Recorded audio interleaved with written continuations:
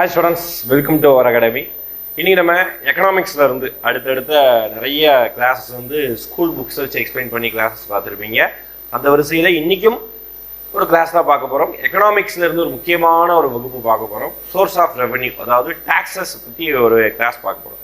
இந்த கிளாஸ் டேரெக்டாக புக்கில் இருந்து பார்க்காம கைப்பட, ஏன்னா புக்கில் வந்து வளவள நிறைய பாயிண்ட்ஸ் இருக்கும், சரிங்களா? அதனால் அந்த நிறைய பாயிண்ட்ஸ் வந்து வாசிச்சு டைம் வேஸ்ட் பண்ணி நிறைய பண்ண வேணாம்னு சொல்லிட்டு ஒரு புதிய முன்னெடுப்பாக, முன்னெடுப்பு எப்படி வந்து நீங்கள் கமெண்ட் செக்ஷன் மென்ஷன் பண்ணுங்க, ஒரு புதிய முன்னெடுப்பாக கைப்பட நோட்ஸ் எழுதியிருக்கும், சரிங்களா?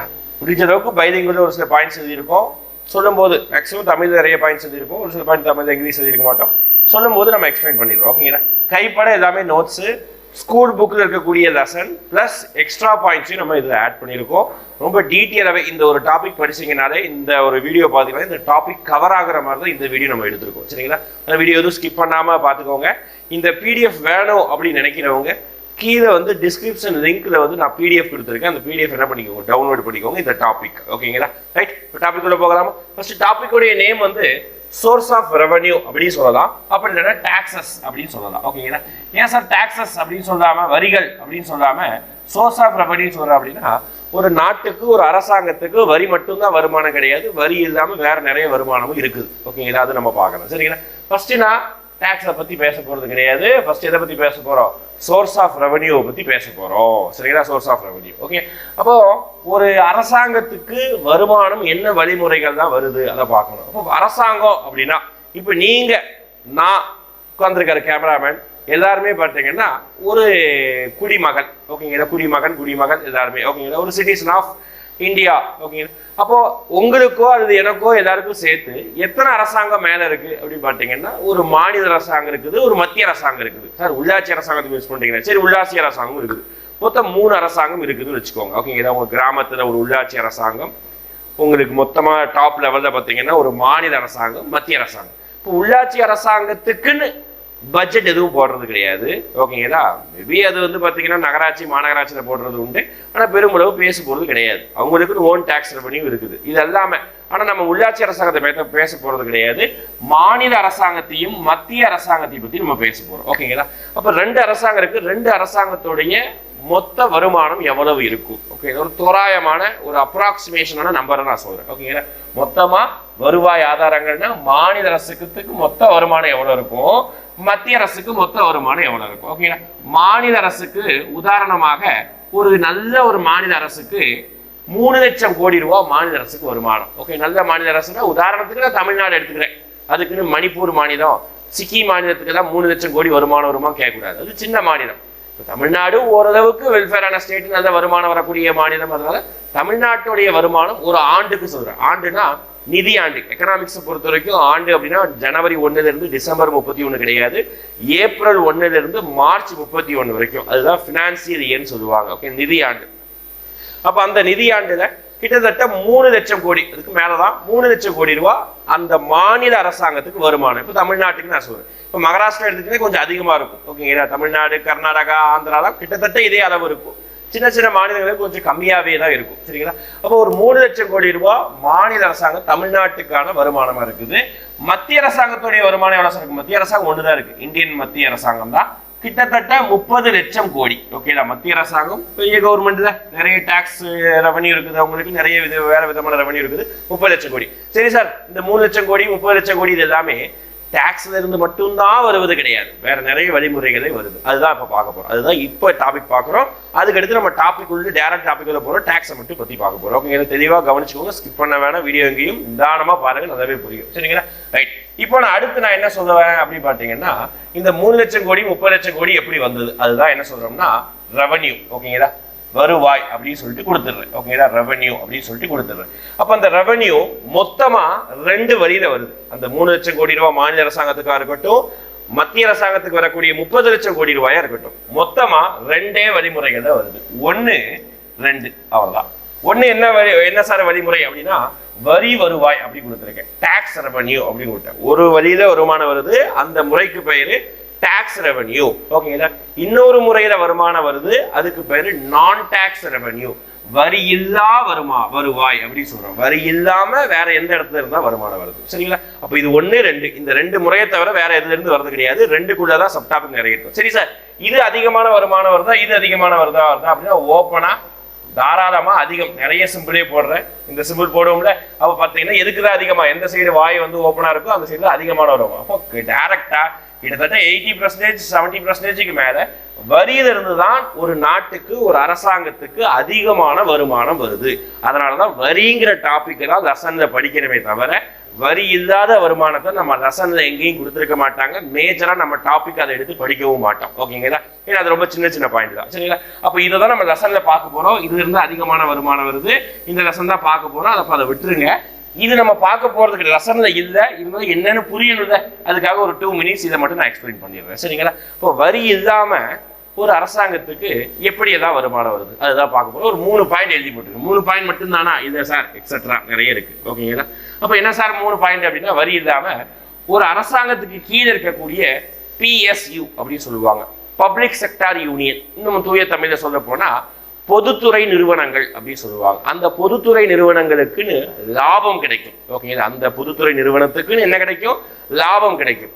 அந்த லாபத்தை தான் நம்ம என்ன செய்யறோம்னா டைரக்டா அந்த அரசாங்கத்துக்கு போகுது. என்ன சார் PSU? ஃபர்ஸ்ட் பொதுத்துறை நிறுவனம்னா எந்த நிறுவனம் தான் பொதுத்துறை நிறுவனம்? ஃபர்ஸ்ட் நான் மாநில அரசாங்கத்துக்கு கீழே இருக்கக்கூடிய பொதுத்துறை நிறுவனங்கள் தான் சொல்லிடுவா. உதாரணத்துக்கு ஆவின், எல்லாருமே கேள்விப்பட்டிருப்போம். தமிழ்நாடு கவர்மெண்ட் கீழே செயல்படக்கூடிய ஒரு நிறுவனம் தான் ஆவின். அப்ப அந்த ஆவினுக்கு வருமானம் வருமா? அந்த வருமானம், ஆவினுடைய ஓனர் யாரு? State government. அப்போ ஸ்டேட் கவர்மெண்ட்டுக்கு அந்த வருமானம் போகுது. வருமானம் மீன்ஸ் லாபம் போகுது. சரி, ஆவின் மட்டும்தான் ஸ்டேட் கவர்மெண்ட்டுடைய ஒரு நிறுவனமா? இல்ல, மிகப்பெரிய நிறுவனம், எல்லாருக்குமே தெரியக்கூடிய நிறுவனம் டாஸ்மாக்.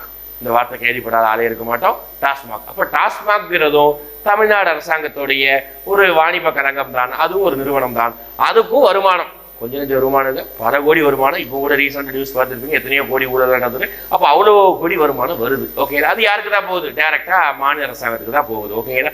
தமிழ்நாட்டுக்கு இருக்கக்கூடிய நிறுவனங்களை சொல்றேன், ஒவ்வொரு ஸ்டேட்டுக்கும் மாறுபடும். அதே மாதிரி TNEB Tamil Nadu, sorry SCTC state, அந்த பேர் என்ன, தமிழ்நாடு டிரான்ஸ்போர்ட்டேஷன் கார்பரேஷன். ஒரு சில இடத்துல நஷ்ட லாபம் இருந்தா கூட ஓரளவுக்கு வருமானம் வர வச்சுக்கோங்க. ஓகே, இதெல்லாமே தமிழ்நாடு கண்ட்ரோலுக்கு இருக்கக்கூடிய PSU. அதுல இருந்து வரக்கூடிய லாபம் சொல்லக்கூடாது. ஓகே, சரி, வருமானம் சொல்லக்கூடாது. ஏன்னா வருமானங்கிறது அது நிறைய செலவு இருக்கும். செலவு போக மீதி இருக்கக்கூடிய லாபம், ப்ராஃபிட், அது ஸ்டேட் கவர்மெண்ட்டுக்கு வரக்கூடியது. சரி சார், ஸ்டேட் கவர்மெண்ட்டுக்கே சொல்லிட்டீங்க, சென்ட்ரல் கவர்மெண்ட்டுக்கே தான் இருக்கா? சென்ட்ரல் கவர்மெண்ட்டுக்கு தான் எக்கச்சக்கமா இருக்குது.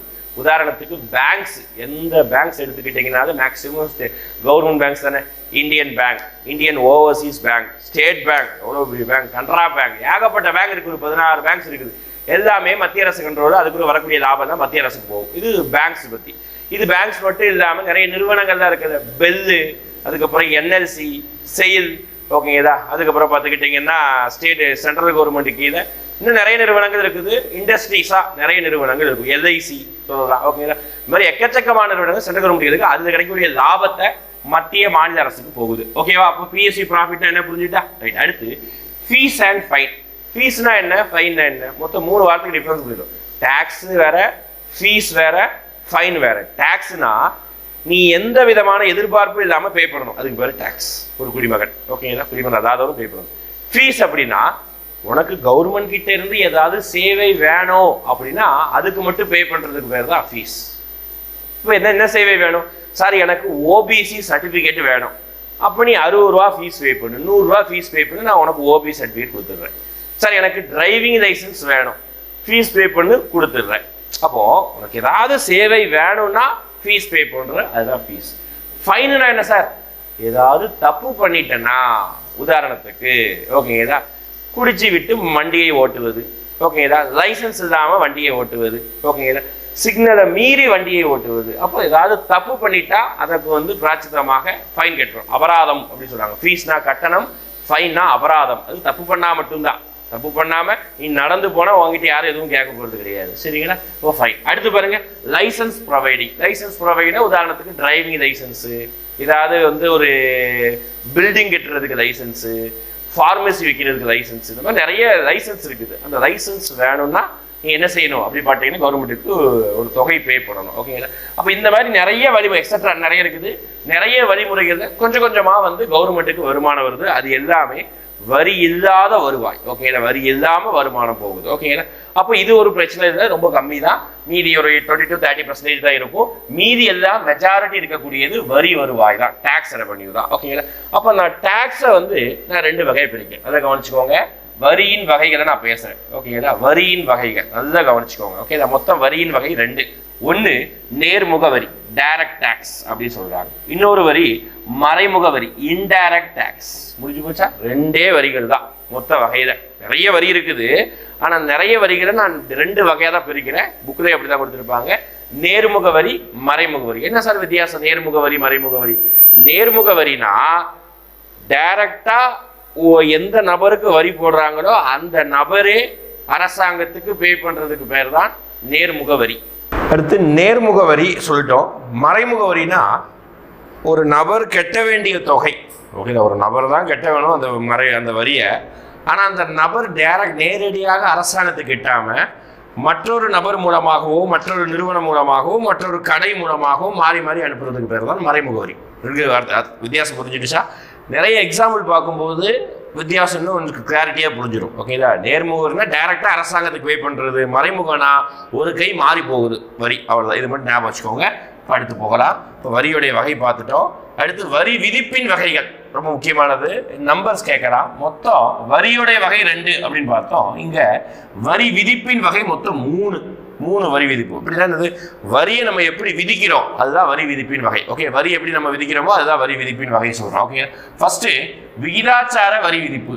ஓகேங்களா, அடுத்து வளர்வீத வரி விதிப்பு, அடுத்து தேய்வு வீத வரி விதிப்பு. ஓகேங்களா, விகிதாச்சார வரி விதிப்புனா ப்ரொபோஷனல் டாக்ஸேஷன் அப்படின்னு சொல்லுவாங்க. ப்ரொபோஷனல்னா எல்லாருக்கும் ஈவனா ஒரு டாக்ஸ் போடுறாங்க, அதுக்கு பேர் ப்ரொபோஷனல் டாக்ஸேஷன்.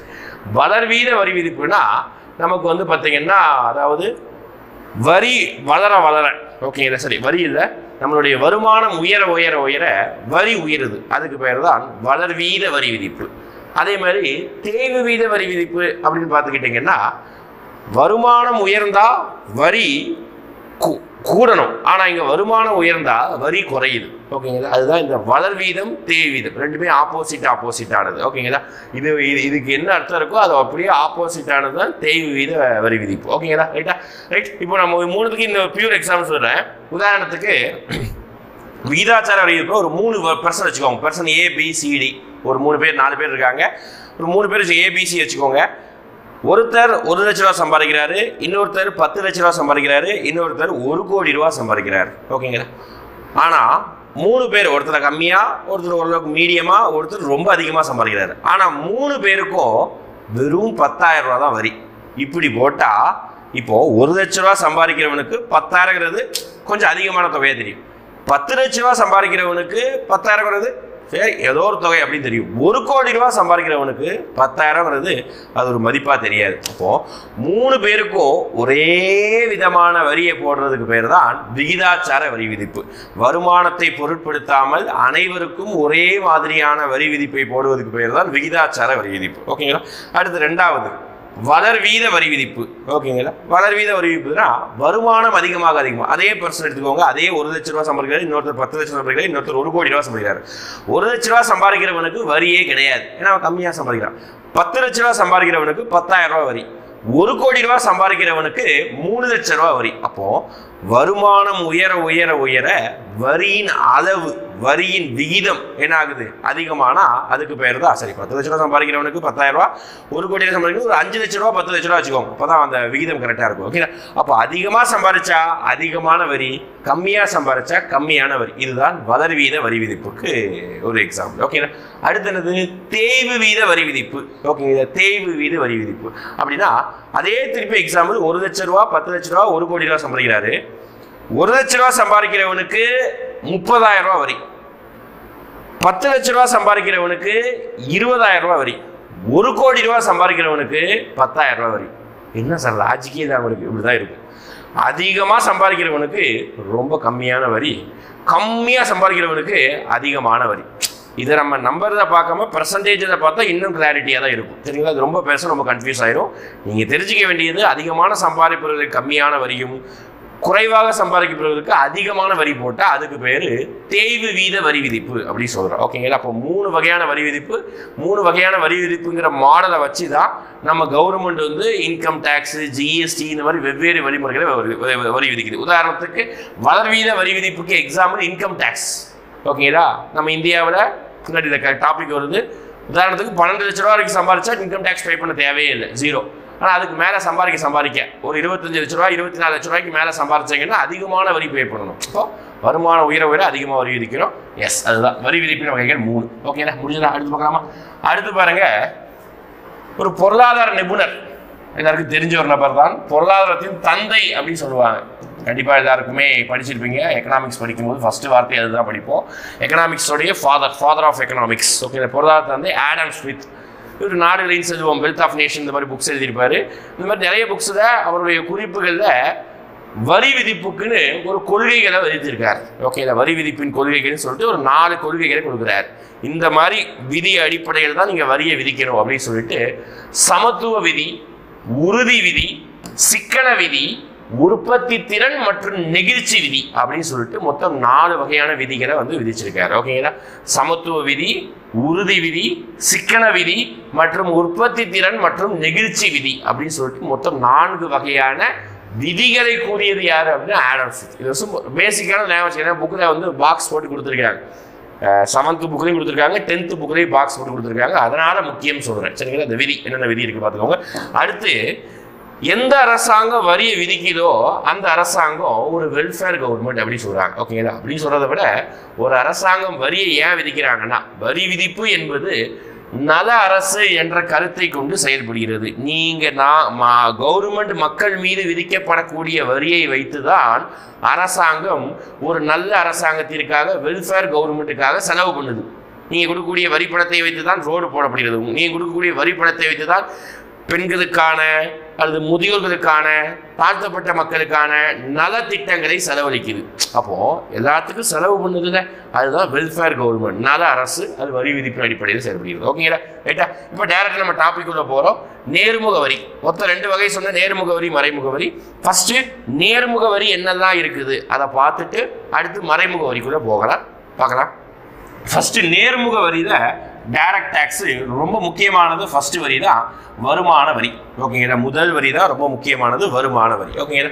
அப்போ ஆண்டு என்ன? வருமான வரியை அறிமுகப்படுத்தப்பட்ட ஆண்டு 1860 சர் ஜேம்ஸ் வில்சன். ஓகேங்களா? இவர் தான் வந்து, அப்போ பேரை பார்த்தாலும் தெரியுது, வருஷத்தை பார்த்தாலும் தெரியுது. பிரிட்டிஷ் காலத்தில் இந்த வரி வந்து விதிக்கப்பட்டு விட்டது. ஓகேங்களா? முதல் முறையாக பிரிட்டிஷ் காலத்தில். அது எதுக்காகனா, ஹிஸ்டரியில் படிச்சிருப்போம்ல, 1857 கழகம். அந்த கழகத்தின் போது நிறைய சண்டை நடந்தது. நிறைய சண்டத்தினால் நிறைய செலவு ஏற்பட்டது. அந்த செலவு பொருளாதார இழப்பை ஈடு செய்வதற்காக தான் இந்த 1857 கழகத்தின் பொழுது அந்த பொருளாதார இழப்பை ஈடு செய்வதற்காக அடுத்த 3 வருஷத்துல கழகம் ஸ்டார்ட் ஆனது. இது கழகத்தை ஒழுங்கினது அடுத்த வருஷம். 2 வருஷம் கழிச்சு 1860 சர் ஜேம்ஸ் வில்சன் தலைமையில வருமான வரியை கொண்டு வந்திருப்பாங்க. ஆனா அப்போ வருமான வரி கட்டினது ரொம்ப கம்மியான பீப்புள், ரொம்ப மேல்தட்டு மக்கள் தான் அந்த டாக்ஸ் கட்டியிருப்பாங்க. இப்போவும் அப்படிதான். ரொம்ப 125 கோடி 140 கோடி மக்கள் இருக்கையில சில கோடி மக்கள் மட்டும்தான் வருமான வரி பே பண்றோம். பார்க்கலாம் நம்பர்ஸ் தான். ஓகேங்களா? அப்போ யார் அறிமுகப்படுத்தினா? பர்சனுடைய நேம் முக்கியம், எந்த ஆண்டு அறிமுகப்படுத்துறாங்க, இயர் முக்கியம், எதுக்காக அறிமுகப்படுத்துறாங்கிறது முக்கியம். இது எல்லாமே நம்ம புக்கிலே இருக்குது. இது எல்லாமே நம்ம கவர்மெண்ட் கொண்டாடக்கூடியது ஜூலை 24 இன்கம் டேக்ஸ் டேவா கொண்டாடுறோம். ஓகே, இதை ஞாபகம் வச்சுக்கோங்க. சும்மா ஒரு ஃபேக்சுவல் பாயிண்டா இது புக்கில் இருந்தாலும் இது எக்ஸ்ட்ரா பாயிண்டை தெரிஞ்சுக்கோங்க. இன்கம் டேக்ஸ் டேவா நம்ம ஜூலை 24 தினத்தை நம்ம கொண்டாடுறோம். ஓகே, இது இல்லாமல் இன்கம் டேக்ஸை வசூல் பண்ணுவதற்காக அரசாங்கம் ஒரு சட்டம் இயற்றி இருக்குது. இன்கம் டேக்ஸ் ஆக்ட் அப்படின்னு சொல்லிட்டு 1961ஆம் ஆண்டு கொண்டு வந்திருக்காங்க. அதை ரீசெண்டாக வந்து மாற்றிட்டாங்க. சரிங்களா? அதை ரீசெண்டாக வந்து 2024 புதிய இன்கம் டேக்ஸ் ஆக்ட் கொண்டு வந்திருக்காங்க. இருந்தாலும் பழைய ஆக்டோடைய வருஷத்தை பார்த்து வச்சுக்கோங்க. அப்படி அந்த இயர் இருந்ததுன்னா 2024 or 25. ஓகேங்களா? மேபி 24 கொண்டு 25 தான் நடைமுறைக்கு வந்திருக்கும். 24 or 25 கூட பார்த்து வச்சுக்கோங்க. ஆனால் பழைய சட்டம் ரொம்ப நாளாக வந்து நடைமுறைக்கு இருந்தது இன்கம் டேக்ஸ் ஆக்ட் தான் 1961. ஓகேங்களா? அடுத்து இன்னொரு சட்டம் மத்திய வருமான சட்டம், சென்ட்ரல் ரெவன்யூ ஆக்ட் 1963. ஓகே, ரொம்ப முக்கியமானது சென்ட்ரல் ரெவன்யூ ஆக்ட். ஏன்னா இந்த சட்டத்தின் அடிப்படையில் தான் வருமான வரியை வசூல் பண்ணுவதற்காக தனியாக ஒரு வாரியத்தை உருவாக்கிட்டாங்க. ஓகே, தனியாக ஒரு வாரியம்னா அது ஒரு போர்டு மாதிரி உருவாக்கிட்டாங்க. ஓகே, அதுதான் CBDT. Okay, central board for direct tax அப்படின்னு சொல்றாங்க. Okay, central board for direct tax. மத்திய வருமான சட்டம் 1963. இன்கம் டேக்ஸ் தான் தமிழ்ல வருமான வரி சட்டம் 1961. ஓகே, வருமான வரி சட்டம் 1961, மத்திய வருமான சட்டம் 1963. வருஷத்தை பார்த்து கம்பேர் பண்ணணும். இதுதான் ஸ்கூல் புக்ல இருக்குது, ரொம்ப முக்கியம். ஓகேங்களா, இது ஸ்கூல் புக்ல இல்லை, ஆனாலும் அவுட் சோர்ஸ் இருந்தாலும் தெரிஞ்சுக்கணும், எக்ஸாம்ல கேள்வி கேட்கலாம். அடுத்து இப்போ ஜென்ரலா லாஸ்ட் இந்த வருஷம், அதாவது 2025ல பிப்ரவரி மாதம் 1ஆம் தேதி பட்ஜெட் தாக்கல் பண்ணாங்க. அந்த பட்ஜெட்டில் மிகப்பெரிய அளவுக்கு பேசும் பொருளானது no income tax up to 12 lakhs. நீ ஆண்டு திருப்பி சொல்றேன்னா, பொருளாதார அடிப்படையில் ஏப்ரல் 1 மார்ச் 31 ஒரு வருஷத்திற்கு 12 லட்சம் ரூபாய் வரைக்கும் நீங்க ஏர்ன் பண்ணீங்கன்னா நீங்க வரி கட்ட வேண்டிய தேவை இல்லை அப்படின்னு சொல்லிட்டு ஒரு பெரிய அளவுக்கு நீங்க என்ன சொல்லி பார்த்துருப்பீங்க, இந்த நியூஸ் கேள்விப்பட்டிருப்பீங்க. எஸ், உண்மைதான். 12 லட்சம் ரூபாய் வரைக்கும் ஒரு வருஷத்துக்கு வருமானம் ஈட்டினீங்கன்னா வரி கட்ட வேண்டிய தேவை. எப்படி சார் 12 லட்சம் வரைக்கும்? அப்போ அது வரைக்கும் எனக்கு டேக்ஸே கிடையாது அப்படின்னா, டேக்ஸ் இருக்கு, அது நிறைய விதிவிலக்கு இருக்கும், அது பார்க்கலாம். ஓகேங்களா, அப்போ இந்த நம்பர் சும்மா இந்த வார்த்தையை மட்டும் ஞாபகம் வச்சுக்கோங்க. மேற்கூடிய ஃபேக்சுவல் பாயிண்ட் வச்சுக்கோங்க, இம்பார்ட்டன்ட் டே ஞாபகம் வச்சுக்கோங்க. ஓகேங்களா, அப்போ இதுதான் இன்கம் டேக்ஸோடைய ஸ்லாப் அப்படின்னு சொல்லுவாங்க. ஸ்லாப்னா அந்த படிக்கட்டுகள். ஓகேங்களா, அதாவது என்னென்ன லட்சத்துக்கு எவ்வளவு வரி போடுறாங்க. முதல் 4 லட்சம். ஓகே, ஒரு வருஷத்துல நீ ஃபர்ஸ்ட் சம்பாதிக்கக்கூடிய 4 லட்சத்துக்கு வரியே கிடையாது, நில். அவ்வளவுதான். ஃபர்ஸ்ட் நீ சம்பாதிக்கக்கூடிய 4 லட்சத்துக்கு என்ன கிடையாது, நில், வருமான வரியே கிடையாது. அடுத்து 4ல இருந்து 8 லட்சம் ரூபாய் வரைக்கும் சம்பாதிக்கிறீங்கல்ல, அந்த சம்பாத்தியத்துக்கு அந்த 4ல இருந்து 8 லட்சம் ரூபாய் மீதி இருக்கக்கூடிய 4 லட்சத்துக்கு 5% டேக்ஸ். அடுத்து 8ல இருந்து 12 லட்சம் ரூபாய் வரைக்கும் சம்பாதிக்கிறதுக்கு 10% டேக்ஸ். ஓகேங்களா, அடுத்து 12ல இருந்து 16, அடுத்து 16ல இருந்து 20, இந்த மாதிரி டேக்ஸ்ல பெருகிட்டே இருக்கும். 12ல இருந்து 16க்கு 15, லாஸ்ட் கடைசி ஸ்லாப் தான் இது. 24 லட்சத்துக்கு மேல ஒரு ஆண்டுக்கு நீங்க சம்பாதிச்சீங்கன்னா உங்களுக்கு 30% வரி. ஓகேங்களா, இதுதான் வரியோடைய ஸ்லாப், இன்கம் டேக்ஸோடைய ஸ்லாப். இதுல சார் அப்போ வரி போட்டிருக்கீங்களே அப்படின்னா 12 லட்சம் வரைக்கும் ஸ்லாப் இருக்குது. ஆனா அதுல உங்களுக்கு விதிவிலக்கு இருக்கும். அதுல நீங்க கட்டக்கூடிய ஹவுஸ் ரெண்ட், ஓகேங்களா, வீட்டு வாடகை, சைல்டோட எஜுகேஷன், அப்புறம் LIC, இந்த மாதிரி நிறைய நீங்க பே பண்ணக்கூடிய அமௌண்ட்டுக்கு எல்லாத்துக்கும் நீங்க என்ன பண்ணிக்கலாம், அந்த டிடக்ஷன் சொல்லுவாங்க. அது டெக்னிக்கலான வேர்ட்ஸ் நிறைய சொல்லுவாங்க. அந்த வேர்ட்ஸ் மூலமா அந்த டிடக்ஷன் மூலமாக நீங்க என்ன பண்ணலாம், ரீபே, திருப்பி அதாவது கட்டுற மாதிரி வரியை கட்டிட்டு திருப்பி நீங்க அவங்க அக்கௌண்ட்டுக்கு திருப்பி விழுந்துரும். ஓகேங்களா, அது இன்கம் டேக்ஸ் நடைமுறையில ஒரு வழக்கமான முறை. இன்கம் டேக்ஸ் நடைமுறையை பொறுத்த வரைக்கும் ஒரு காலத்துல தான் டைரக்டா ஆஃபீஸ்ல போயிட்டு ஃபைல் பண்ற மாதிரி இருக்கும். இப்பதான் அப்படி எதுவுமே கிடையாது. இப்பதான் இ-ஃபைலிங் 2010-11 அப்புறம் என்ன பண்ணிட்டாங்க, இ-ஃபைலிங்னா நெட் மூலமா, ஆன்லைன் மூலமா தான் இன்கம் டேக்ஸை ஃபைல் பண்ணணும். சரிங்களா, ரைட்டா? இதுதான் ஸ்லாப். நம்ம புக்கில் எதுவும் கொடுக்க போறது கிடையாது. ஒவ்வொரு வருஷமும் மாறிக்கிட்டு இருக்கும். பெரிய அளவுக்கு இந்த ஸ்லாப் கேட்க மாட்டாங்க. ஆனா மேல கொடுத்துருக்கக்கூடிய வருஷம் எல்லாம் ரொம்ப முக்கியம். இப்போ அறிமுகப்படுத்துறாங்க எதுக்காக, என்ன டாக்ஸ், என்ன ஆக்ட், எந்த வருஷம். இந்த வருஷத்துல 12 லட்சம் வரைக்கும் வருமான வரி கிடையாது. இதெல்லாம் ரொம்ப முக்கியம், இம்பார்ட்டன்ட் பார்த்துக்கோங்க. ஓகே, நான் வருமான வரி முடிஞ்சது. இப்போ வருமான வரி மத்திய அரசு விதிக்குதா, மாநில அரசு விதிக்குதா, அதுவும் ஞாபகம் வச்சுக்கோங்க. மத்திய அரசுக்கு போகுது வருமான வரி, மத்திய அரசுக்கு போகுது, சென்ட்ரல் கவர்மெண்ட் போகுது. ஓகே, அடுத்த வரி பார்க்கலாமா? அடுத்த வரி நிறுவன வரி. ஓகேங்களா, இங்கிலீஷ்ல சொல்லும் போது கார்பரேட் டாக்ஸ். ஓகேங்களா, கார்பரேட் டாக்ஸ். அப்போ கார்பரேட் அப்படின்னா நிறுவனம். அப்போ நிறுவனங்கள் மீது விதிக்கப்படக்கூடிய வரி. அப்போ நிறுவனங்கள் தன்னுடைய வருமானத்தில் வரி பே பண்ணுவாங்களா? கிடையாது. அப்படி பே பண்ணால் நிறைய அமௌண்ட் ஆயிடும். அப்போ நிறுவனங்கள் தங்களுடைய லாபத்தில், ஓகே திருப்பி சொல்றேன், வருமானம் வேற, லாபம் வேற. இப்போ நான் ஒரு நிறுவனம் நடத்துறேன்னா அந்த நிறுவனத்துக்கு 10 கோடி வருமானம் வருதுன்னா 10 கோடியும் எனக்கா கிடைக்கும் போது ஓனருக்கா? கிடையாது. அந்த 10 கோடி செலவு இருக்கும். ஊழியர்களுக்கு சம்பளம், ஓகேங்களா, வாடகை, அப்புறம் மெயின்டெனன்ஸ் அப்படின்னு சொல்லிட்டு நிறைய செலவு இருக்கும். செலவு போக மீதி எவ்வளோ இருக்கோ அதுதான் லாபம். அந்த லாபத்துல தான் நிறுவனங்கள் தங்களுடைய வரியை பே பண்றாங்க. அதுக்கு பேர் தான் நிறுவன வரி, கார்பரேட் டாக்ஸ். ஓகேங்களா, இதை 2 வகையா பே பண்றாங்க. உள்நாட்டு நிறுவனங்களுக்கு 1%, வெளிநாட்டு நிறுவனங்களுக்கு 1%. ஓகே, இதை மேலே எழுதி வச்சிருக்க பாருங்க. நிறுவனங்கள் தங்களுடைய லாபத்தில் இருந்து பெறப்படுவது, நிறுவனங்கள் தங்களுடைய ப்ராஃபிட்ஸ்ல இருந்து தான் வருவது நிறுவன வரி. உள்நாட்டு நிறுவனம்னா Indian companies, Indian origin, Indian ஓனராக இருக்கக்கூடிய கம்பெனிஸ், அதுக்கு பொதுவாக வரி கம்மியாக இருக்கும்.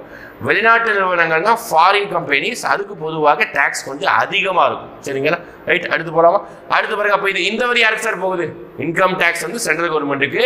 இந்த வரியும் விதிப்பது, வசூல் பண்ணுவது, போவது எல்லாமே சென்ட்ரல் கவர்மெண்ட்டுக்கு தான். ஓகேங்களா? அடுத்து வந்துருங்க சொத்து வரி. அது பேர்லேயே இருக்குது, கஷ்டம் எதுவுமே கிடையாது. நீங்கள் வச்சிருக்கக்கூடிய சொத்துக்கு நீங்கள் வரி பே பண்ணுறீங்க, அதுதான் சொத்து வரி. இது மாநில அரசுக்கு போகுது. ஓகேங்களா?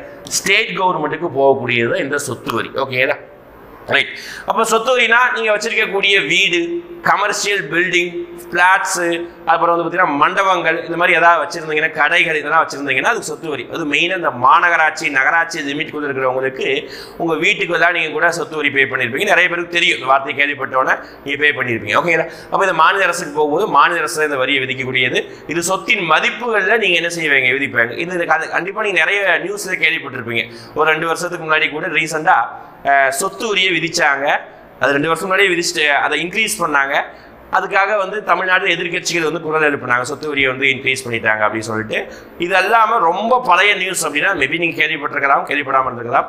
பழைய நியூஸ்னா ஒரு காலத்தில் ஓகேதா ரஜினிகாந்த் தான் அவருடைய மண்டபம்னு ஒன்று உண்டு. ஓகே, ரஜினிகாந்துக்குன்னு மண்டபம், ஓன் ரஜினிகாந்தோட சொந்த மண்டபம், ராகவேந்திரா மண்டபம் அப்படி சொல்லுவாங்க. இந்த ராகவேந்திரா மண்டபத்துக்கு ரொம்ப நாளாக வந்து சொத்து வரி பே பண்ணாமல் இருந்தார் அப்படின்னு சொல்லிட்டு நியூஸில் தான் வந்தது. அப்போது இந்த மாதிரி இந்த சொத்து வரிங்கிற விஷயம் நிறைய இடத்துல நீங்கள் நியூஸ் கவனிச்சிங்கன்னா அந்த நியூஸில் வரும். சொத்து வரி மாநில அரசுக்கு வரக்கூடியது, அதை ஞாபகம் வச்சுக்கோங்க. இது ஒரு நேரடி வரி, யார் பேரில் சொத்து இருக்கோ அவர் தான் பே பண்ணணும். யாருக்கு உள்ளாட்சி அமைப்புகளுக்கு மூலமாக மாநில அரசுக்கு போய் சேர்ந்து சொத்தின் மதிப்புகளை பே பண்ணுறோம். ஓகேங்களா? அப்போ 3 நேர்முக வரி பார்த்துருக்கோம். கடைசியாக ஒரு வரி அன்பளிப்பு வரி. இங்கிலீஷ் என்ன சொல்லணும்? Gift tax. அப்போ இது இங்கிலீஷ் என்னப்பா? Property tax. ப்ராப்பர்ட்டி சொத்துனா என்னது? ப்ராப்பர்ட்டி தானே. Property tax. அன்பளிப்பு வரி, கிஃப்ட். என்ன சார் வாங்குற கிஃப்ட் கூட வரி? என்னப்பா, அதான் கவர்மெண்ட். நீ சம்பாதிச்சா வரி, நீ பொருளை வாங்கினா வரி, ஒரு கம்பெனி வச்சிருந்தா வரி, வேற என்னப்பா இது? நீ சொத்து வாங்கினா அதுக்கும் வரி, சொத்தை வாங்குறதுக்கு ஒரு வரி, சொத்தை மெயின்டைன் பண்ணுறதுக்கு ஒரு வரி, எவங்கிட்டையாவது கல்யாணம், காது குத்து, பால் காய்ப்புன்னு வச்சா அதுக்கும் ஏதாவது கிஃப்ட் கொடுத்தா அதுக்கும் வரி போடுறாங்க கவர்மெண்ட். எப்போ எந்தெந்த வழிமுறைகளை போடணுமோ அந்த வரி போடுறாங்க. ஆனால் ஒரு காலத்தில் இந்த அன்பளிப்பு வரி இருந்தது, இப்போ இது ஒழிக்கப்பட்டு விட்டது. ஓகே, ஏதாவது கிஃப்ட்னா நீங்கள் வாங்கக்கூடிய கிஃப்ட்டு அதோடைய வேல்யூ வந்து 50,000க்கு மேலே அப்படிதான் இருக்கும் பட்சத்தில் அதுக்கு வந்து வரி போட்டிருந்தாங்க, அன்பளிப்பு வரி. ஓகே, இது தற்போது ஒழிக்கப்பட்டுட்டு இது எப்போ நடைமுறையில் இல்லை. ஓகே, அப்போ இப்போதைக்கு மெயினாக நேர்முக வரினா 3 தான். மெயினாக வருமான வரி, நிறுவன வரி, சொத்து வரி. இது 3 வரியை பார்த்து வச்சுக்கோங்க. யார் யாருக்கு என்னென்ன வரி எந்தெந்த கவர்மெண்ட்டுக்கு போகுது அப்படின்னு சொல்லிட்டாங்க. அடுத்து மறைமுக வரி. இப்போ நேர்முக வரியை விட மறைமுக வரி தான் இந்தியன் கவர்மெண்ட்டுக்கு, ஸ்டேட் கவர்மெண்ட்டுக்கும் சரி அதிகமான வருமானம் வரக்கூடியது மறைமுக வரி தான். ஏன்னா மறைமுக வரியை பே பண்ணக்கூடிய மக்களுடைய எண்ணிக்கை தான் அதிகம், நேர்முக வரி பே பண்ணக்கூடிய மக்களுடைய எண்ணிக்கை ரொம்ப கம்மி. உதாரணத்துக்கு இன்கம் டேக்ஸ் எல்லாம் பார்த்தீங்கன்னா இந்தியாவில் 145 கோடி பேர் இருக்கான். ஆனால் யார் எல்லாருமே வந்து வரி பே பண்ணுறது கிடையாது. எல்லாரும் வேலைக்கு போகிறது கிடையாது, அவ்வளோ லட்சம் சம்பாதிக்க கிடையாது, அது வேறு விஷயம். அப்போ கிட்டத்தட்ட ஒரு 7 அல்லது 6 கோடி மக்கள் தான் இன்கம் டேக்ஸை ஃபைல் பண்ணுறாங்க. ஃபைல் பண்ணுறது சொல்கிறேன். ஓகேங்களா?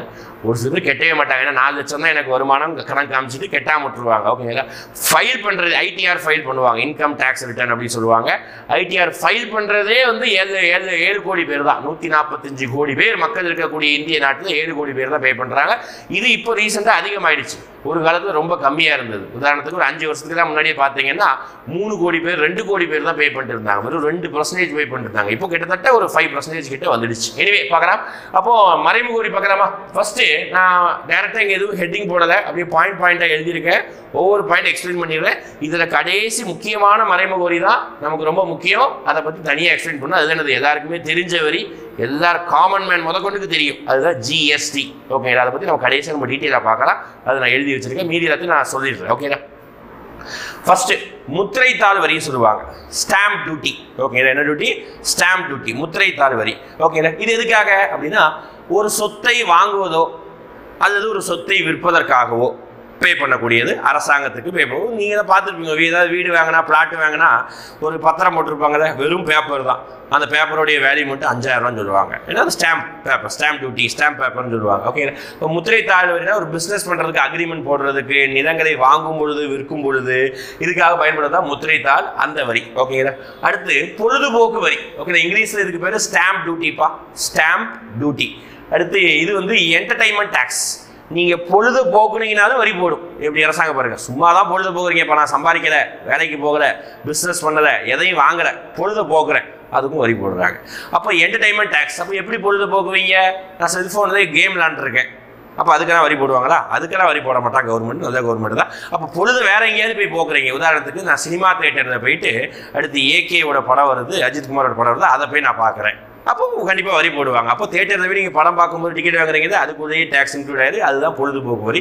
ஏதாவது தீம் பார்க் இருக்கும்ல, இப்போ விஜிபி, ஒண்டர்லா, ஓகே, இல்லை வீகாலேண்ட், இதெல்லாம் இருக்கும்ல, இந்த மாதிரி இடத்துக்கெல்லாம் நீங்கள் போனீங்கன்னா விளையாடுவீங்க இல்லை, அதுக்காக கட்டக்கூடிய என்ட்ரன்ஸ் ஃபீஸில் பொழுதுபோக்கு வரி இன்க்ளூட் ஆயிடும். அப்போ பொழுதுபோக்கு வரி என்டர்டைன்மெண்ட் டேக்ஸ் மாநில அரசுக்கு போகும். ஓகே, அடுத்து சுங்க வரி, இந்த வார்த்தையே முக்கியம். சுங்க வரி இங்கிலீஷில் கஸ்டம் டியூட்டி அப்படின்னு சொல்லுவாங்க, சுங்க வரி. ஓகேங்களா, இது எதுக்காக சார் அப்படின்னு பார்த்தீங்கன்னா, வெளிநாட்டிலிருந்து ஒரு பொருட்களை இறக்குமதி செய்யும் போது, வெளிநாட்டிலிருந்து ஒரு பொருளை இறக்குமதி செய்யும் போது அதுக்காக பே பண்ணக்கூடியதுக்கு பேர் தான் சுங்கவரி அப்படின்னு சொல்லுவாங்க. வெளிநாட்டிலிருந்து ஒரு பொருளை இறக்குமதி செய்கிறோம்னா அதுக்கு தனியாக டேக்ஸ் பே பண்ணணும். தங்கத்துக்காக இறக்குமதி செய்கிறோம், டேக்ஸ் பே பண்ணணும். அடுத்து கலால் வரி அப்படின்னு சொல்லுவாங்க, கலால் வரி. ஓகேங்களா, கலால் வரினா பேர்ல இருக்குது, கலால், ஆல்கஹால், அப்படியா? அப்படி கிடையாது. கலால் அப்படிங்கிறது இந்த வரிக்கு இன்னொரு பேர் வந்து உற்பத்தி வரின்னு சொல்லுவாங்க. ஒரு பொருளை உற்பத்தி பண்ணால் அந்த பொருள் மீது விதிக்கப்படுவதுதான் கலால் வரி. இங்கிலீஷ்ல எக்ஸைஸ் டியூட்டி அப்படி சொல்லுவாங்க, எக்ஸைஸ் டியூட்டி. ஓகே, அடுத்து போலாமா? அடுத்து அஞ்சாவது விற்பனை வரி. ஓகேங்களா, ஒரு பொருளை விற்பனை செய்தால் அதன் மீது விதிக்கப்படக்கூடிய வரி தான் விற்பனை வரி. இந்த ரெண்டுமே யாருக்கு போகும்? சென்ட்ரல் கவர்மெண்ட்டுக்கு போகும். இது ஸ்டேட் கவர்மெண்ட்டுக்கு போகும், இதுவும் ஸ்டேட் கவர்மெண்ட்டுக்கு. இந்த விற்பனை வரி அப்படி பார்த்தீங்கன்னா இது ஸ்டேட் கவர்மெண்ட்டுக்கு தான் போகும். ஓகேங்களா, விற்பனை வரியின் வேறு பெயர் என்ன சொல்லுவாங்கன்னா வேட் அப்படின்னு சொல்லுவாங்க, வேல்யூ ஆடட் டாக்ஸ். தமிழ்ல விற்பனை வரியும் சொல்லலாம், மதிப்பு கூட்டு வரி அப்படி கூட சொல்லலாம். சரிங்களா, விற்பனை வரி, மதிப்பு கூட்டு வரி. அடுத்து பாருங்க, இன்னொரு வரி சேவை வரி. ஓகே, இது எதுக்காக சார் அப்படின்னா பொருளை விற்பனை செய்வதற்காகவோ அல்லது ஒரு பொருளுடைய மதிப்பை கூட்டு வித்தாங்கன்னா அதுக்கு வரி போடுவது. ஓகே, அதான் மதிப்பு கூட்டு வரி, வேல்யூ ஆடட் டாக்ஸ். ஓகேங்களா, விற்பனை வரினா சேல்ஸ் டாக்ஸ். அடுத்து சேவை வரி. ஒரு காலத்தில் நீங்கள் வந்து சின்ன வயசுல இருக்கும்போது மொபைல் ஃபோனுக்கு ரீசார்ஜ் பண்ணுவீங்க. எப்படி ரீசார்ஜ் பண்ணுவீங்க? 10 ரூபாய்க்கு அட்டை வாங்குவீங்க, பார்த்துருக்கீங்களா? 10 ரூபாய்க்கு அட்டை வாங்கி அதை 20 ரூபாய்க்கு அட்டை வாங்கி அதை ஒரு காயினை வச்சு கிருட்டுன்னு சுரண்டுவீங்க. சுரண்டுறதுல பாதி நம்பர் அழிஞ்சிடக்கூடாது. ஓகேங்களா, அழியாமல் சுரண்டி அதுக்கப்புறம் ஸ்டார் 121 ஆஷ் போட்டு அப்படி இப்படின்னு போட்டு நம்பரை போட்டு ரீசார்ஜ் பண்ணுவீங்க. அதில் 10 ரூபாய்க்கு ரீசார்ஜ் பண்ணால் 10 ரூபாய் ஏறுமா? ஏறாது. 10 ரூபாய்க்கு ரீசார்ஜ் பண்ணி 7 ரூபா தான் ஏறும். அதை மீதி 3 ரூபா தான் டேக்ஸாக பிடித்தம் பண்ணுவாங்க. அதில் ஒரு டேக்ஸ் தான் சர்வீஸ் டேக்ஸ். கவனிச்சுனே தெரிஞ்சிருக்கும். ஓகேங்களா, இப்போ சேவை வரி. லாஸ்ட் வரி தான் என்னது? ஜிஎஸ்டி. ஓகேங்களா, அதை பற்றி இப்போ பார்க்க போகிறோம். ஜிஎஸ்டினா குட்ஸ் அண்ட் சர்வீஸ் டேக்ஸ், பண்டங்கள் மற்றும் சேவை வரி அப்படிங்கிறத பார்க்குறோம். ஓகேங்களா, ரைட்டா? இப்போ மறைமுக வரினா இவ்வளோ வரிகள் இருக்குது. டைரெக்டாக அரசாங்கத்துக்கு பே பண்ணாமல் இன்டைரக்டாக. இப்போ நான் உதாரணத்துக்கு நான் பெட்ரோல் போடுறேன்னு வச்சுக்கோங்க. பெட்ரோல் போடுறதுனால நான் அரசாங்கத்துக்கு பெட்ரோல் பங்குக்காரனுக்கு 100 ரூபா கொடுக்குறேன். ஆனால் அந்த 100 ரூபாவில் சுங்க வரி இன்க்ளூட் ஆகுது, உற்பத்தி வரி, கலால் வரி இன்க்ளூட் ஆகுது, விற்பனை வரி இன்க்ளூட் ஆகுது. ஓகே, அப்போ அந்த பெட்ரோல் போடுறதுல மட்டும். இது இல்லாமல் இன்னொரு வரி கூட இருக்குது, அதுவும் மறைமுக வரி தான். அது என்ன சொல்லுவாங்கன்னா இங்கிலீஷ்ல செஸ் அப்படின்னு சொல்லுவாங்க, தமிழ்ல கூடுதல் வரி சொல்லுவாங்க. அது எப்போவாவது ஒரு சில பொருட்களின் மீது மட்டும் போடுவாங்க, அதுவும் மறைமுக வரி தான். சரியா, இப்போ இவ்வளோ வரி பார்த்துருக்கோம். இந்த வரி சம்பந்தமான இன்னும் 2-3 பாயிண்ட் இருக்கிறத பார்த்து ஜிஎஸ்டியோட பேர் தான், புக்கில் இருக்கக்கூடிய பாயிண்ட் தான். 2003 முதல் முறையாக வேட் அறிமுகம் செய்த மாநிலம்னா ஹரியானா. ஓகேங்களா, முதல் முறையாக இந்தியாவில் வேட் அப்படிங்கிற ஒரு வரியை வந்து 2003 தான் அறிமுகப்படுத்துறாங்க. அது ஹரியானா தான் ஃபர்ஸ்ட் அறிமுகப்படுத்துது. ஓகேங்களா, அதை தொடர்ந்து 2005 14 மாநிலங்கள் அறிமுகப்படுத்தியது இந்தியாவில் அப்போ. ஓகேங்களா, அப்போ இந்த இயர் முக்கியம். ஃபர்ஸ்ட் அறிமுகப்படுத்துறது ஹரியானா 2003. அப்போ 2005 14 மாநிலம் இருக்குது. அடுத்து நம்ம மோடி கவர்மெண்ட் புதிதாக பதவியேற்றதுக்கு அப்புறம், ஓகேங்களா, மோடி அவர்கள் வந்து பிரைம் மினிஸ்டர் ஆனது 2014 பிரைம் மினிஸ்டர் ஆயிருப்பாங்க. அப்படி ஆகும்போது ஒரு பெரிய அளவுக்கு ஒரு ஸ்கீமை வந்து ப்ரொபகேட்டா பண்ணாரு. அந்த டைமில் எல்லாருக்கும் தெரிஞ்சிருக்கும், எங்கே போனாலும் வந்து க்ளீன் பண்ண போயிடுவார். அதுதான் வந்து கிளீன் இந்தியா, அது ஸ்வச் பாரத், எல்லாரும் கேள்விப்பட்டிருக்கு இந்த வார்த்தை. ஓகேங்களா, அப்போ அதுக்காக கூடுதலாக கொஞ்சமாக வரி போட்டார். அதுக்கு பேர் தான் தூய்மை பாரத வரி. ஓகேங்களா, ஃபர்ஸ்ட் இது விதிக்கப்பட்டது 2015 நவம்பர் 15, 0.5%. ரொம்ப கம்மி தான், 0.5% வந்து விதிச்சிருந்தாரு தூய்மை பாரத வரி. ஓகேங்களா, இதெல்லாம் புக்கில் இருக்கக்கூடிய டேட்டா, அதெல்லாம் நான் கண்டிப்பாக சொல்லிடுறேன். கேட்கலாம். 2003 ஹரியானா. கண்டிப்பாக நம்ம எக்ஸாமுக்கெல்லாம் இந்த புக்கில் இருக்க டேட்டாக்கு டேரெக்டாக தான் கேட்குறாங்க, கேட்கலாம். ஓகேங்களா, அடுத்து நம்ம ஜிஎஸ்டி பற்றி பார்க்கலாம். மறைமுக வரியில் மிக மிக முக்கியமான வரியான ஜிஎஸ்டியை பற்றி பார்க்குறோம். ஓகேங்களா, அப்போ ஜிஎஸ்டினா ஃபுல் ஃபார்ம் ரொம்ப பேசிக்கானது, எல்லாருக்கும் தெரிஞ்சது தான், குட்ஸ் அண்ட் சர்வீஸ் டேக்ஸ். ஓகேங்களா, குட்ஸ் அண்ட் சர்வீஸ் டேக்ஸ். ஓகேங்களா, பண்டங்கள் மற்றும் சேவைகள் மீதான வரி, அதாவது பண்டங்கள் மற்றும் பணிகள் மீதான வரி. பண்டம்னா பொருள், பணினா சேவை, அதுக்கு ரெண்டுக்கும் டேக்ஸ் போடுறாங்க. இந்த டேக்ஸ் வந்ததுக்கப்புறம் எல்லா டேக்ஸுமே இதுக்குள்ளே அடங்கிட்டு, இதுக்கு முன்னாடி ஒரு பொருள் வாங்கினீங்கன்னா அந்த பொருளுக்கு சுங்க வரி தனியாக, கலால் வரி தனியாக, உற்பத்தி வரி தனித்தனியாக இருக்கும். இப்போ இந்த வரி வந்ததுக்கப்புறம் எல்லாத்தையுமே ஒரே வரியாக இன்க்ளூட் பண்ணிட்டோம். அதுக்கு பேர் தான் அன்கூட்ஸ் அண்ட் சர்வீஸ் டேக்ஸ். அதனால தான் இந்த வரியுடைய மோட்டோவை என்ன சொல்லுவாங்க, எய்மே என்ன சொல்லுவாங்க, ஒரே நாடு ஒரே வரி. அர்த்தம் புரியுதா? ஒரே நாடு ஒரே வரி அப்படி சொல்றாங்க. ஓகே, எனிவே ஃபர்ஸ்ட் 1954 இந்த ஜிஎஸ்டி இந்த மாதிரியான டாக்ஸை முதலாக கொண்டு வந்த நாடு தான் பிரான்ஸ். ரொம்ப முக்கியம், ப்ரீவியஸ் இயர் கேட்டிருக்காங்க, நோட் பண்ணி வச்சுக்கோங்க. ஃபர்ஸ்ட் உலகத்திலே ஜிஎஸ்டி அப்படிங்கிற ஒரு விதமான ஒரு வரிமுறையை உலகத்திலே ஃபர்ஸ்ட் பிரான்ஸ் நாடு தான் கொண்டு வந்தது 1954. நாட்டுடைய பேர் முக்கியம், இயர் முக்கியம். ஓகே, அடுத்து நம்ம எப்போ சார் கொண்டு வந்தோம்? இந்தியன் கவர்மெண்ட் ஜிஎஸ்டி கொண்டு வருவதற்கு பற்றி ரொம்ப வருஷமாவே பேசியிருந்தாங்க. கிட்டத்தட்ட 1998 99 பேச ஆரம்பிச்சது. 2005க்கு மேலே ரொம்ப ஹாட் டாப்பிக்காக மாறினது. கட்டாயமாக கொண்டு வர போகிறோம் பேசுனாங்க. 2010க்கு அப்புறம் மசோதாவெல்லாம் கொண்டு வந்துட்டாங்க. ஆனால் நிறைய மாநில அரசாங்கம் எதிர்கட்சிகள் ரொம்ப அமைதியில் ஈடுபட்டாங்க. அப்புறம் ஜிஎஸ்டி நடைமுறைப்படுத்தலை. அப்புறம் 2014 புதிய கவர்மெண்ட் வந்தது. ஜிஎஸ்டியில் சம் மாடிஃபிகேஷன் பண்ணாங்க, நிறைய விஷயத்தை மாற்றினாங்க. நாட்டுக்கு நல்லது தான் அப்படின்னு சொல்லிட்டு எதிர்கட்சியாக இருக்கும்போது அந்த கட்சி இப்போ ஆளுங்கட்சியாக மாறினதுக்கப்புறம் அவர்களை கொண்டு வரார்கள். 2016 101வது அரசியலமைப்பு சட்ட திருத்தம். ஓகே, 2016 101வது அரசியலமைப்பு சட்ட திருத்தத்தின் அடிப்படையில் ஜிஎஸ்டி நடைமுறைப்படுத்தப்படுகிறது. ஓகேங்களா? அப்போ ஜிஎஸ்டி கொண்டு வருவதற்கு சட்ட திருத்தம் முக்கியம். ஏன்னா அரசியலமைப்பில் ஒவ்வொரு டேக்ஸை பற்றி சொல்லியிருக்காங்க. அந்த டேக்ஸ் எல்லாம் கொஞ்சம் சேஞ்ச் பண்ணணும். அதுக்காக 101 அரசியலமைப்பு ரொம்ப முக்கியம் 2006. ஓகேங்களா? ரைட்டா? 2006 முக்கியம். இது நோட் பண்ணி வச்சுக்கோங்க. டேட்டு, அதாவது நம்பரும் இயரும் முக்கியம். அப்போ அந்த இயரில் சட்டம் வந்ததுக்கப்புறம் லோக்சபா பாஸ் ஆகிடுச்சு, ராஜ்யசபா பாஸ் ஆகிடுச்சு. 2 இடத்துலையும் பாஸ் ஆகி பிரசிடென்ட் கிட்ட சைன் வாங்கினதுக்கப்புறம் சட்டமாக மாறுது.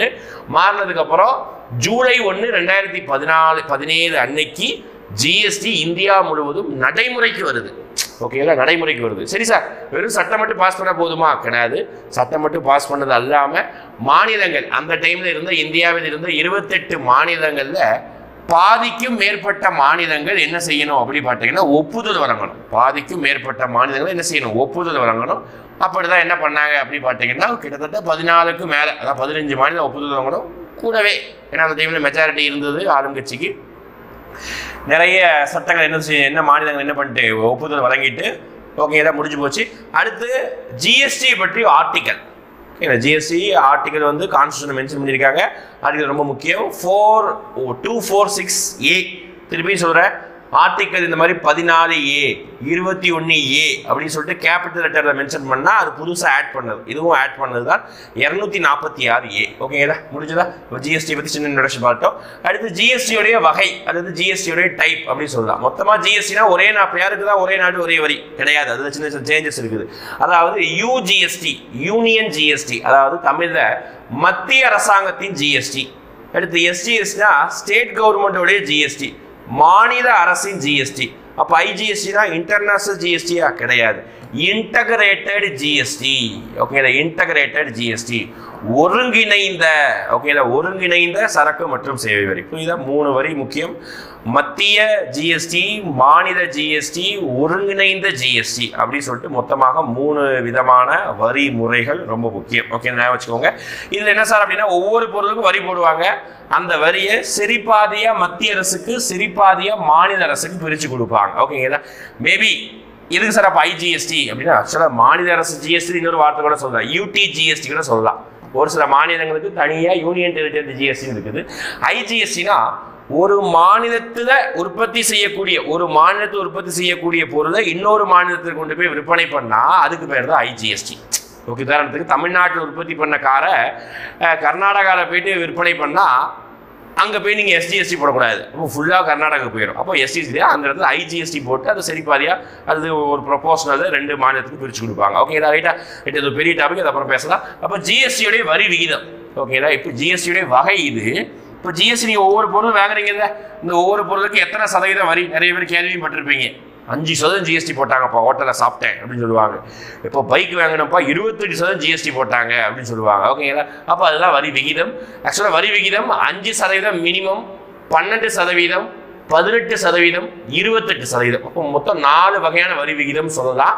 ஒரு சில இடங்கள்ல இந்த 0% இன்க்ளூட் பண்ணுவாங்க. ஓகேங்களா? ஏன்னா அப்படின்னா ஒரு சில பொருட்களுக்கு ஜிஎஸ்டி இப்போதைக்கு 0 மேபி அப்புறம் மாற்றலாம். உதாரணத்துக்கு போன 2 வருஷத்துக்கு முன்னாடி தான் அரிசி மூட்டைக்கு 25 கிலோ அரிசி மூட்டைக்கு 0% தான் ஜிஎஸ்டி இருந்தது. இப்போ 25 கிலோ அரிசி மூட்டைக்கு 5% ஜிஎஸ்டி.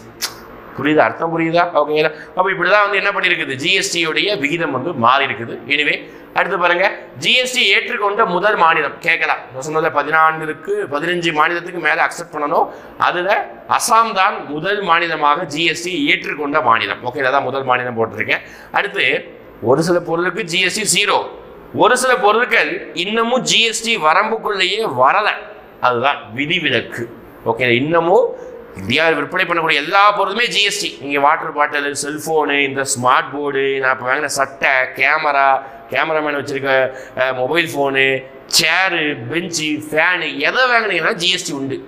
ஆனால் ஒரு சில பொருட்கள் வாங்கினீங்கன்னா மட்டும் ஜிஎஸ்டி கிடையாது. அப்போ ஜிஎஸ்டி கிடையாதுன்னா வரியே கிடையாதுன்னு அர்த்தம் கிடையாது, வேற வரி இருக்கும். அதுக்கு அப்படி புரிஞ்சுக்கூடாது. ஓகேங்களா? ஜிஎஸ்டி என்னன்னா வரியே கிடையாது, வேற வரி இருக்கும். ஓகேங்களா?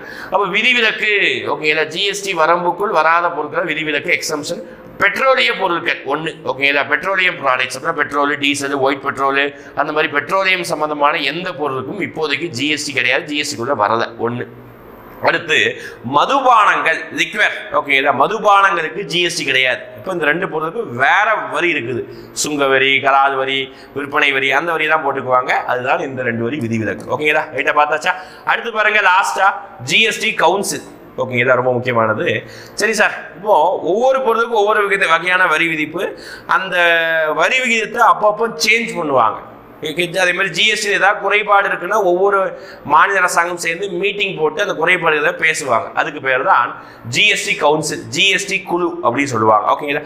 இதுக்கு ஆர்டிகல் கேட்பாங்க. ஆர்டிகல் 179A, ஜிஎஸ்டியோடைய ஆர்டிகல் 246A, ஜிஎஸ்டி கவுன்சிலோடைய ஆர்டிகல் 279A. நீங்க பாலிட்டியில் ஆர்டிகல் படிக்கிற மாதிரி இங்கேயும் ஆர்டிகல் படிக்கணும். சரிங்களா? 279A.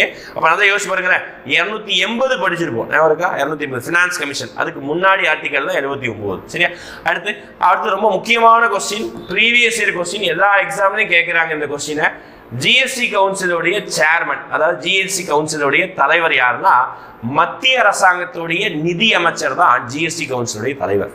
அர்த்தம் புரியுதா? மத்திய அரசாங்கத்துடைய நிதி அமைச்சர் தான் ஜிஎஸ்டி கவுன்சிலுடைய தலைவராக இருக்கார். ஓகே, நிதி அமைச்சர். அடுத்து துணை தலைவர் யாரு?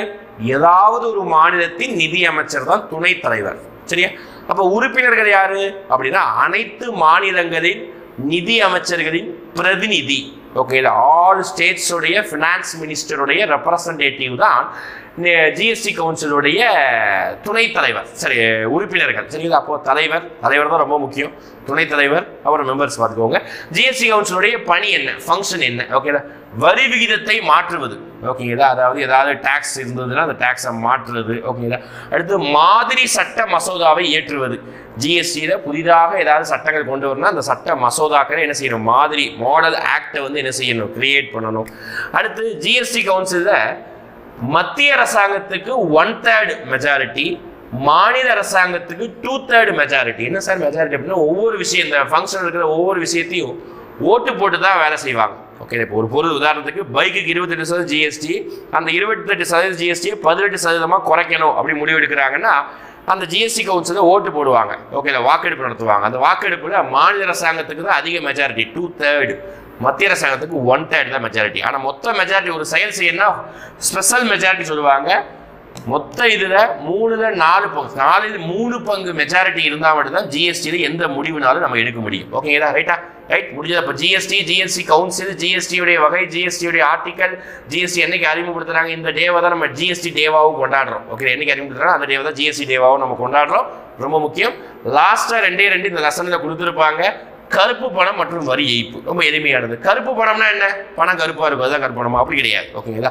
அதாவது கணக்கில் காட்டப்படாத வருமானம், அதுதான் கருப்பு பணம். ஓகேங்களா? உங்ககிட்ட பணம் இருக்கு, அந்த பணத்துக்காக நீங்கள் கண்டிப்பாக டேக்ஸ் பே பண்ணியிருக்கணும்.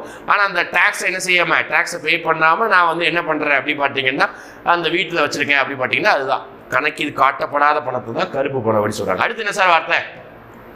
வரி ஏய்ப்பு அப்படின்னு சொல்றாங்க. வரி ஏய்ப்புனா ஒரு நபர் வரியை கெட்டாம தப்பிப்பது, ஏமாற்றுவது, அதுக்கு பேர் தான் வரி ஏய்ப்பு. ஓகேதா? டாக்ஸ் எவேஷன் அப்படின்னு சொல்லுவாங்க. டாக்ஸ் அவாய்டன்ஸ் அப்படின்னு இருக்குது. ஓகேதா? வரி கெட்டாம மறுப்பது, தப்பிப்பது, அது வேற. ஓகேங்களா? அது வேற. ஓகேதா? அது வந்து சட்டப்படி கரெக்ட். வரி டாக்ஸ் அவாய்டன்ஸ். ஆனால் வரி ஏய்ப்பு, டாக்ஸை எவேஷன் பண்றது, வரியை கெட்டாம ஏமாத்துவது என்னது? அது சட்டப்படி குற்றம். அது பண்ணுவது தப்பு. ஓகேங்களா? ரைட்டா? இந்த ரெண்டு விஷயமும் புக்கில் கொஞ்சம் எக்ஸ்பிளைன் பண்ணி கொடுத்துருப்பாங்க. ஆக்சுவலாக அடுத்த லெசன் 8 இன்னொரு லெசன் இருக்கும். அந்த லெசனில் தான் உங்களுக்கு கருப்பு பணம் தொடர்பான சட்டங்கள் நிறைய இருக்கும். ஓகேங்களா? Prevention of money laundering act, பண மோசடி தடுப்பு சட்டம், ரியல் எஸ்டேட் ஒழுங்குமுறை சட்டம், நிறைய சட்டம் இருக்கும். அது அடுத்த ஒரு கிளாஸில் நம்ம எக்கனாமிக் கிளாஸில் பார்க்கலாம். அப்போ வரலாறு வகுப்பு நிறைய பார்த்துருக்கோம், பாலிட்டி வகுப்புகள் நிறைய பார்த்துருக்கோம். அந்த ஒரு செய்த கைப்படை எழுதிய எக்கனாமிக்ஸ் வகுப்புகள் பார்த்துருக்கோம். முடிஞ்ச இந்த கிளாஸஸ் எப்படி இருந்தது, இப்படி இருந்தது கரெக்டாக, இப்படி இடத்துல கரெக்டாக இருக்க கம்ஃபர்ட்டாக இருக்கிறத ஃபீட்பேக்காக பதிவு பண்ணுங்க.